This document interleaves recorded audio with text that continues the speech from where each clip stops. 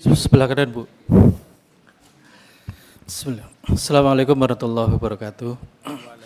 Ibu Ketua dan Pak Yuhan yang duduk di depan yang saya hormati, rekan-rekan anggota yang saya hormati, Bapak Menteri dan seluruh jajaran KKP yang juga saya hormati. Masih suasana Syawal, menyampaikan mohon maaf lahir batin.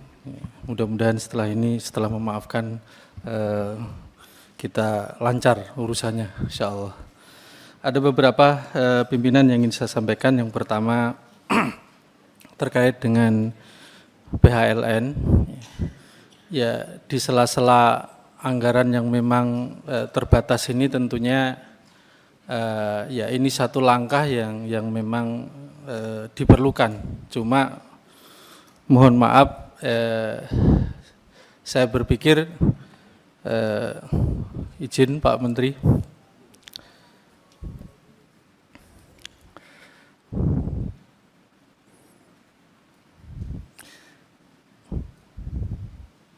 Pak Menteri, mohon perhatiannya. Ya, izin Bu Ketua, terima kasih.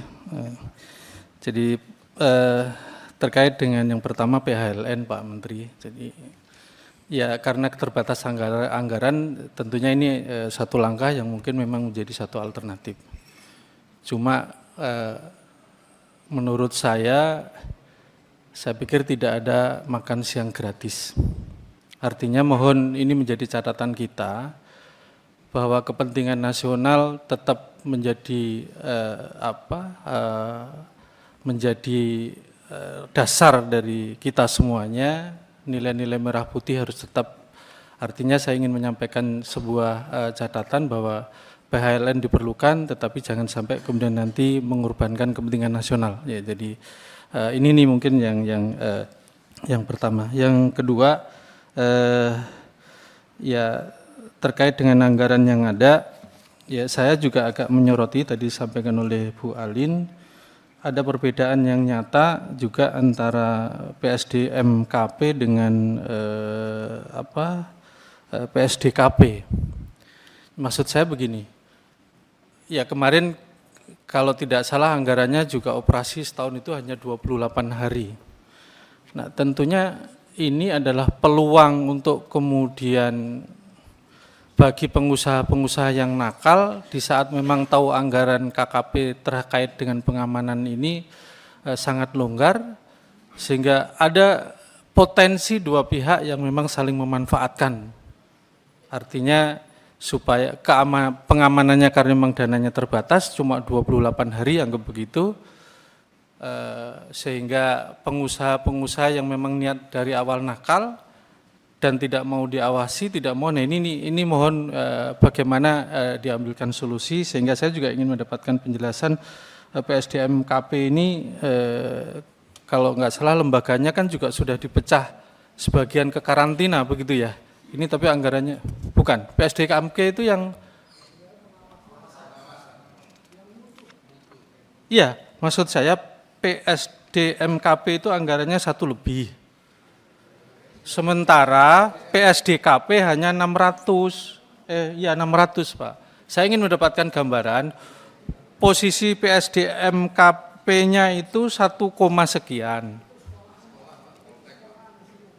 Oh Poltek itu, oke. Kalau yang badan mutu itu? Oke, ya, berarti saya salah. Ya, kalau sekolah memang tidak bisa, ini artinya yang Poltek itu ya? Oke, terima kasih Pak. Ya, jadi tadi saya ngelihat ini kirain Bu Is gitu yang terkait dengan karantina. Mohon maaf kalau gitu.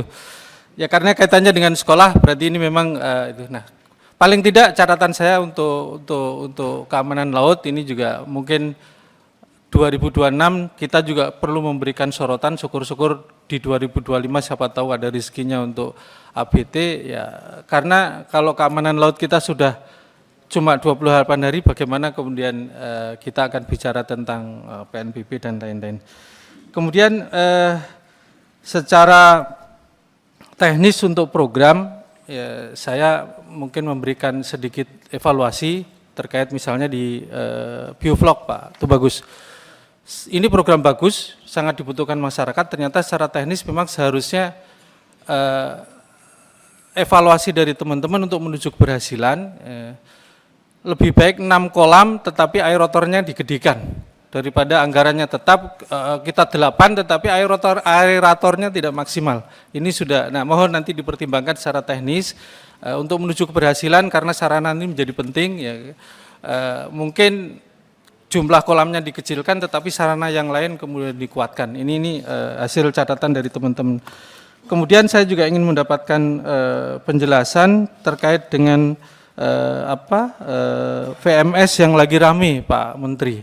Ya, sisi lain pengawasan ini menjadi penting bagi pemerintah kan gitu ya. Tetapi ada apa kok penolakan rame-rame? Jadi sehingga di forum secara terbuka ini nanti kalau disampaikan, kalau ada yang kurang tepat juga bisa diklarifikasi di sini. Apakah sosialisasinya yang kurang atau memang ya kadang ada pengusaha-pengusaha yang memang memanfaatkan ini memelintir itu untuk kemudian kepentingan mereka. Nah, mohon dijelaskan secara gamblang sehingga kami sebagai wakil rakyat juga bisa di tengah-tengah. Artinya kepentingan nelayan tetap kita bela, tetapi kita juga harus tahu posisi pemerintah ini ada di mana supaya nanti kita bisa tengah-tengah.